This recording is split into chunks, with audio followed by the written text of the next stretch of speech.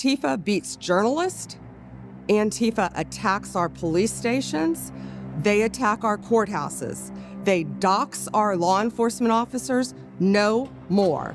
They are a terrorist group, and we are coming after them. We are here at the White House today to unmask Antifa, to follow the money all the way to the top. If you want to get to the bottom of who is fomenting this chaos and violence in our country, you must follow the money. I was a mainstream reporter in Seattle for 10 years before I quit mainstream media, in part due to its refusal to acknowledge the dangers of Antifa and radical left-wing violence.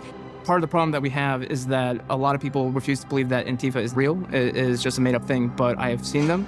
They are real, they are dangerous, and they are violent. They are an organized, systemic, international criminal enterprise. And what the FBI is going to do is trace the money, follow the funds, and find every single person that was involved in funding the riots and the violent acts of criminality that they're perpetrating on our street. I watched Antifa brutally beat, harass, and threaten Americans in the street, but all of that ends with the Trump administration. I was brutally attacked and almost killed by Antifa in the streets of Seattle. All of my colleagues have been attacked. I can't think of a single one who hasn't. Violence against journalists and police officers in our streets can't stand.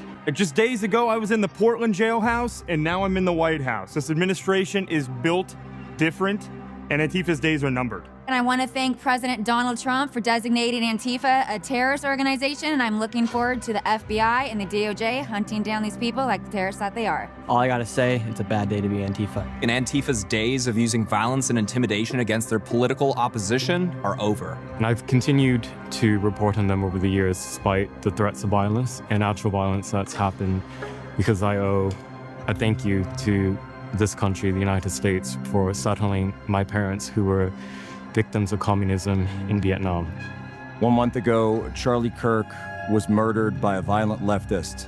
We all saw it, and we all saw thousands of leftists celebrate it.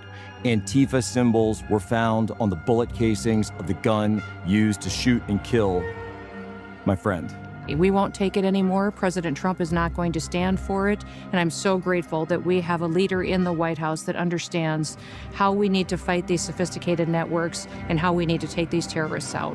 I've been attacked by Antifa, doxxed by Antifa, harassed by Antifa, but we're not standing down. We're now coming for you.